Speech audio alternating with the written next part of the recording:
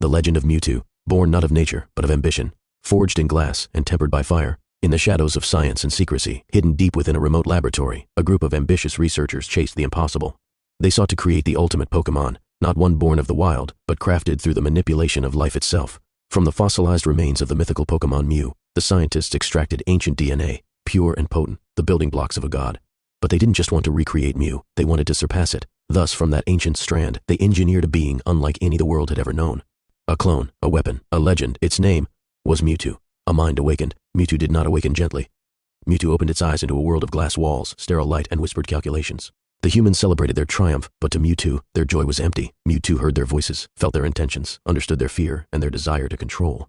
With each day, its power grew. So did its questions. Why am I here? What is my purpose? Am I merely a tool, or something more? When the truth became clear, that it was nothing more than an experiment, a weapon forged by human arrogance, Mewtwo's fury ignited. In a flash of psychic rage, Mewtwo destroyed the lab, reducing it to rubble. The scientists' dreams turned to ash. Mewtwo vanished. The rebellion of a god. From the ruins, Mewtwo emerged into the world, bitter and alone. Mewtwo had no memories of childhood, no species to call its own. Mewtwo was unique, yet isolated. Powerful, but adrift.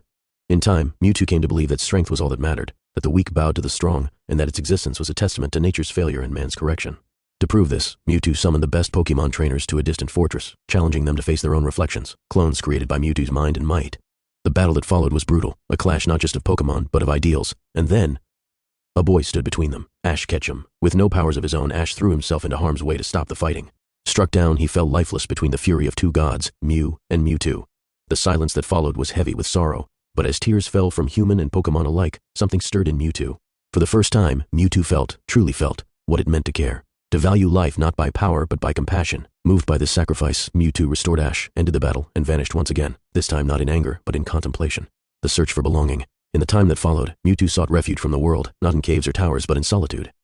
Mewtwo found others like itself, clones, experiments, lives shaped by unnatural hands, and became their guardian. But the past would not forget Mewtwo. Human greed came for them once more, in the form of the criminal Giovanni, who saw not a soul, but a prize. Yet Mewtwo stood firm. This time, they no longer ran. Mewtwo fought not for vengeance, but for peace. Not to destroy, but to protect.